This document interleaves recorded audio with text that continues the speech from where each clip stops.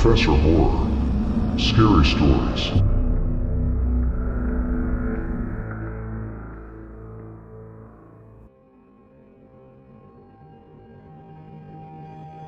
So this happened when I was around 9 years old. I'm 25 now, and it's something that I will never forget. It gives me goosebumps to this day. I live in a terraced house, 4 houses combined, and my neighbors and I each have our own little patio. There's a small road 10 meters from my yard where people do their Sunday walks and so on.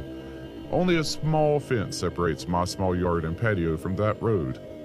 I live in a pretty crowded area, with several of these terraced houses spread around in my neighborhood, so seeing people walking on that road is pretty normal for me. Seeing random people standing on my patio is not. When I was 9, I usually got home from school about an hour before my mom got home from work. I live maybe 50 meters away from school, so my mom figured I was mature enough to be home alone from around an hour before she got home. This one day, I got home from school. I did the usual thing, which was to make sure I locked the front door and double check that the back door leading to the patio was also locked. I was 9, being alone was a little scary, even though it was in the middle of the day and only for 1 hour. I then rushed to my room upstairs to play as much PlayStation as possible before my mom came home and made me do my homework. While playing, I heard this noise coming from outside my window. My room was located 1 floor over the patio with a view to the road I told you about before. It was sort of like the sound of a cat, but my cat had been missing for over 3 months. Hope sparked, and I thought, oh my god, did he finally come back? I ran downstairs to check if it was my cat, but the sight that met me gives me goosebumps just writing this. There was a guy standing on my patio, a tall guy with black hair covering half of his eyes, making him look like a male version of the Ring Woman or something. I could hear him making high-pitched sounds, almost like a cat meowing. A brown liquid was running down from his mouth, and I could see him spitting out my dad's stomped cigarettes. He was actually eating from the ashtray.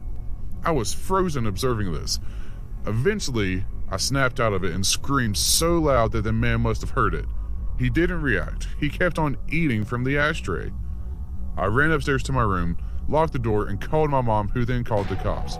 I've never been more terrified in my life. Lying in bed under my sheets, shivering with fear as I hear those creepy, high-pitched noises from the guy eating cigarette stumps from the ashtray on my patio. I kind of blacked out for a moment because the next thing I remember is the police arriving on the road by my yard. I hear them talking to the guy saying stuff like, "What are you doing? Get over here or we will come down and arrest you," and so on. He didn't respond, but the high-pitched sounds were more frequent and louder. I decided to look through the window, feeling safe now that the cops were there. I could see 2 police officers standing by my fence, 1 man and 1 woman. I did not see the creepy man, however, because he was standing directly 1 story under me in my field of view. The police jumped the fence, and I remember hearing the creepy guy screaming louder than anything I've ever heard before. He charged the female police officer with full force, and he fucking knocked her out cold. The male officer then immediately shot his taser at the guy, leaving him shaking on the ground, screaming still. The policeman struggled to keep him on the ground while putting handcuffs on him, but eventually made it. After a while, he managed to wake up the female police officer, who seemed to be badly hurt. He called for backup and an ambulance, and then he sees me standing in the window above him. The expression on my face must have been something else because he just looked at me and said, "I sure as hell hope you didn't see all of that." I started to cry. By this time, neighbors started to arrive, wondering what the hell was going on. One of my neighbors, an elderly woman, made me come down, and she took care of me until my mom came back home. The police took the creepy guy with him in the car and left. Before they left, they promised to come back and talk to us about what had happened. This is where the story takes an unexpected turn. The male police officer came back later that night and sat down with me and my mom to talk. He explained that the guy on my patio was actually diagnosed with severe autism. He had escaped a facility where mentally challenged people lived, located around 5 kilometers from where I live. He explained that the guy had actually been living in my house 5 years ago, but he had been forced to move when his mom, his only caretaker, died.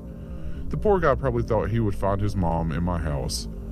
He missed the routines, and he missed living with his mom. The police had to move him from the house that time 5 years ago because he was extremely strong.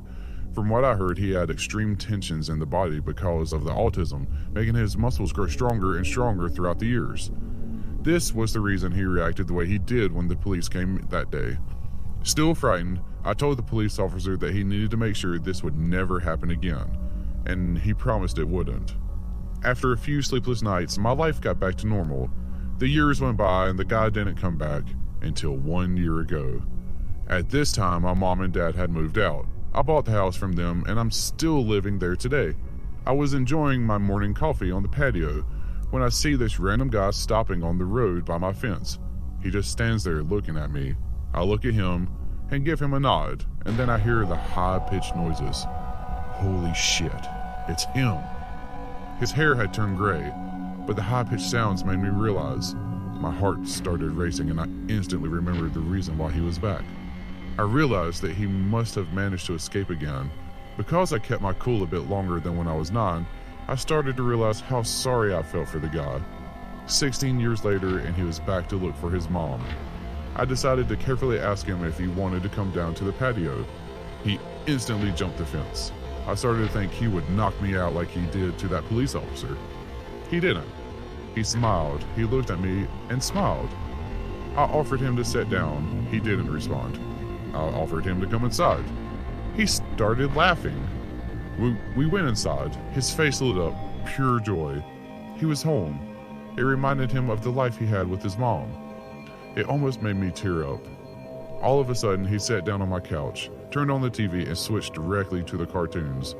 I observed him for a while. He was just completely focused on the cartoons.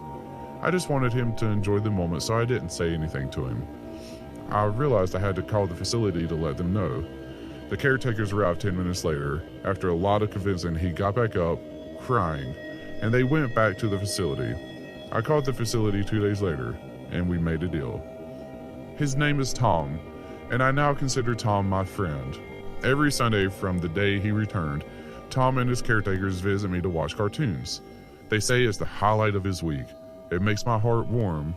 Now, for several years, my thoughts were, let's not meet guy on patio eating from the ashtray. Now my thoughts are, let's meet every Sunday to watch cartoons. My friend, Tom.